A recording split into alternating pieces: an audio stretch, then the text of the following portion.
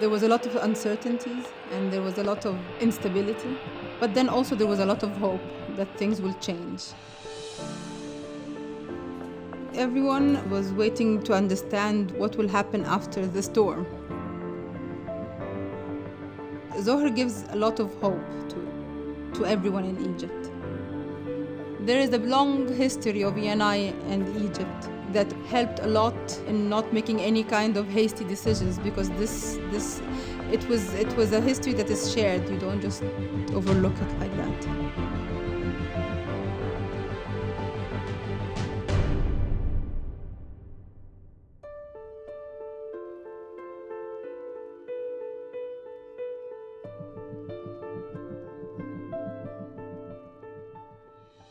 It's a company know-how and technology. These are really the winning factors for being so successful in frontier exploration as we have been over the last 10 years now. It was a great mixture of local Egyptian geoscientists, both experienced and young, so very energetic and lots of knowledge about the area, and few expats with excellent technical skills for the first time ever in Egypt, so they were not really knowledgeable about the area, but that probably was the winning ingredient to this story, because they had no preconceived ideas. They're not afraid to put on the table something which is out of the box, new, never seen before. My contribution, if I want to say, was probably to put them at ease with the whole process. I didn't make them scared that, oh my God, it's a new idea, we are going to stop it because it's new and nobody believes. I believe it first with them. That was not a difficult decision to take. The difficult decision to take was actually to go ahead and bid for this block, because Egypt was not in a good investment environment at that time. But we overcame this negative thinking and negative factors contingent to the situation of Egypt at that time, and we decided to go ahead because the job was worth it. So high risk, high reward.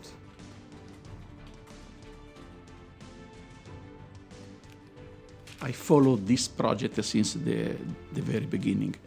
We realized that we had in our hands something peculiar, something very interesting, and the model immediately was built in our minds. So at that point, even though we were in deep water and very far from shore and in a place that is unique in Egypt, we applied for the block and eventually we won.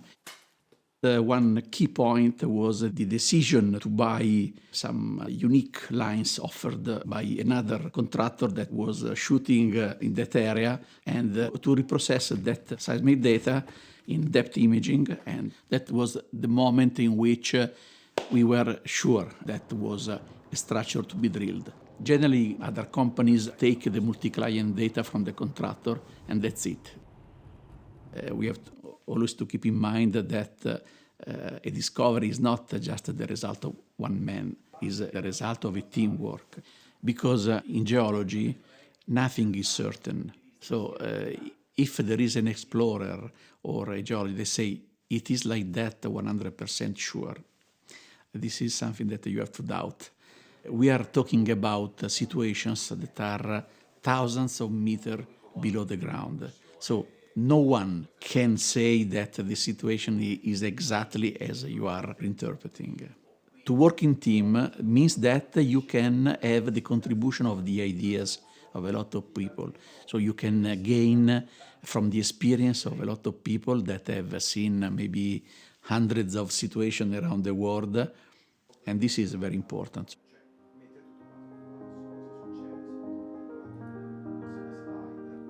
All the oil companies were looking for sandstone reservoir. But in the Shorouk block, we found something completely different. When I examined it more closely, I saw that it resembled some carbonate buildups that I've been studying for many years around the world. When we tried to interpret this strange feature as a carbonate buildup, people at the beginning were skeptical about it because it was a completely new interpretation in Egypt after more than 50 years of exploration in sand. The geological idea, convinced the top management that this structure could be a new venture, a new exploration target. And even if no other companies wanted to join us in joint venture in the acquisition of Shorouk block, we went on alone. The name of the concession is Shorouk. Shorouk means sunrise.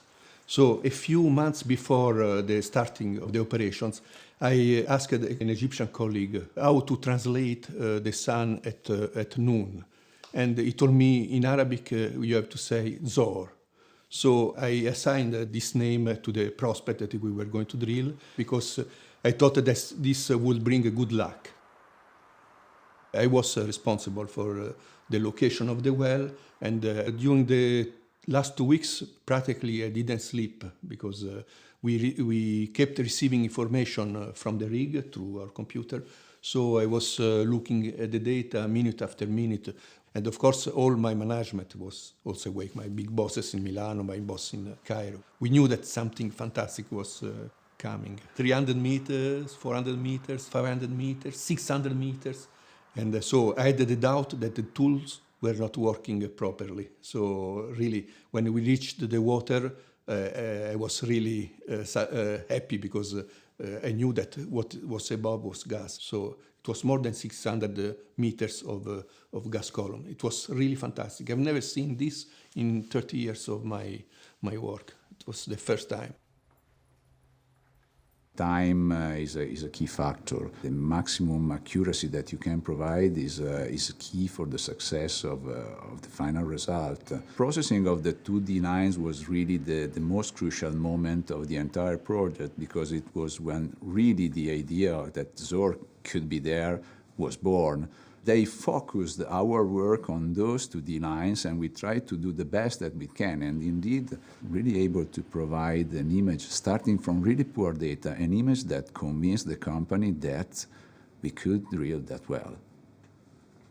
You see it growing. You start from the raw data, then you get the first image, but the first image is not the best in terms of focusing, in terms of correct reconstruction of the shapes of the structures, and then you start working on it in order to improve it. And really, you see the people who are deeply involved in it, and it's a matter of their personal pride in being able to show that they can do even better than that. So the combination of the human factor and the technology, that is the point to me.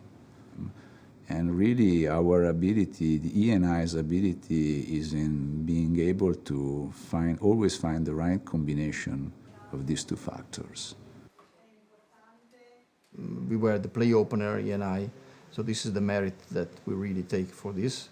And now, not only us, but many companies are following up the play in the surrounding area to see what could be the follow-up potential of this play.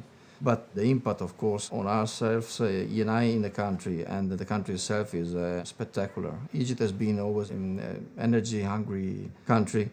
And with this discovery, given the fact that we are going to send all the gas to domestic use, we are going to provide Egypt with decades of energy and gas for all the population. So if I think it's from the impact on the country is tremendous, will basically make Egypt energy independent for decades to come.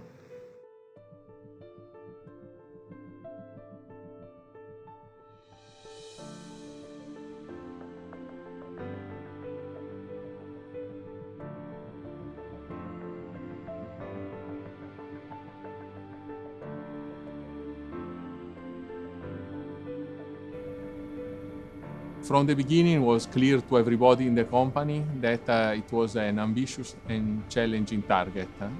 The project is huge. It's the biggest discovery in Mediterranean, more than 30 teracubic feet of gas in place. I was assigned as a development project manager immediately after the discovery. We mobilized for the subsea installation activities up to 40 vessels. So a huge fleet of ships was out in the sea because we had to work in parallel to minimize the time. We brought forward all the activities that are normally coming later. So by the end of the year, we were already issuing tenders for the main equipment of the plant. And for the subsea, so 5 months after the discovery.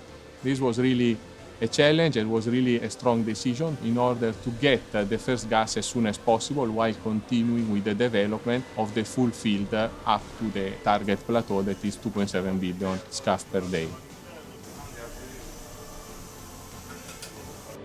You can feel the commitment of the company at all the levels of the colleagues in Milan, our people here. You can feel the commitment of the first party. Really a special environment that is pushing us to give our best.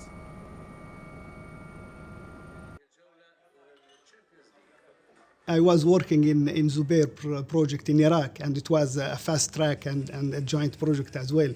And we all were hearing and knowing about Zohr project, and it was really a very challenging target in terms of time to market. We are looking for something that has never been achieved so far in the history. So they told me it's time for you to come and join the project. A project of this size, with the conventional way, you need double of the time. Here we are talking about all in all less than 2 years from the access to site. This is why Zohr is a giant. This is why Zohr is different. A lot of expectation to see what Zohr will offer to the country. With this time to market, all the activity are running concurrently, so we don't follow the sequence of the conventional way of executing projects. So all the activity are going in parallel, and also we are working on the second phase as well. We always have a look-ahead plan, so cannot wait until a problem happens. So this way, you always plan what you are going to do. Make sure that you have all the resources. So you have the material, you have the drawing, and you have the manpower and the equipment to do the work. We are very, very close. We are confident. We made a lot, and we achieved a lot of milestones that we set it from the beginning. And we are, with the help of God, inshallah, we're going to make it. We are very close.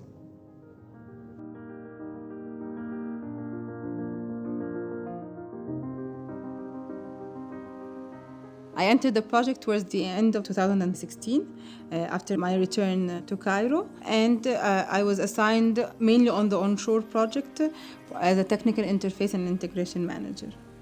There was a lot of work that happened before, from engineering, from procurement, from materials, from construction.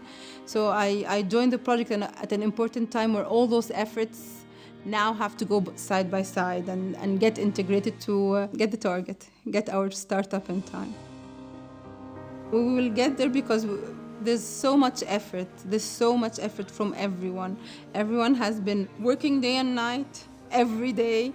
Everyone is feeling the pressure and the responsibility, in what sense that this is something that they need to achieve, and actually stretch that extra bit to make sure that we start on time, because we're almost there.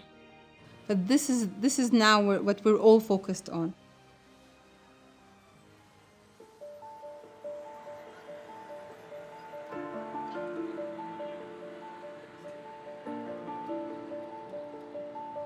Everyone asks if they know that you work on Zohr. The first question is when will it start?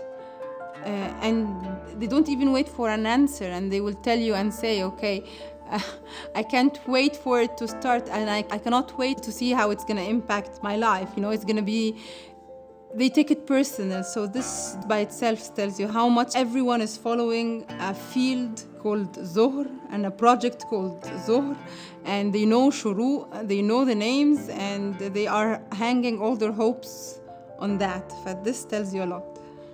But not only that, because they say this is a hope also for Egypt. It could be a game changer in rendering Egypt back as a key player within the Eastern Mediterranean countries as a gas hub, which is something I think is marvelous by itself as a prospect.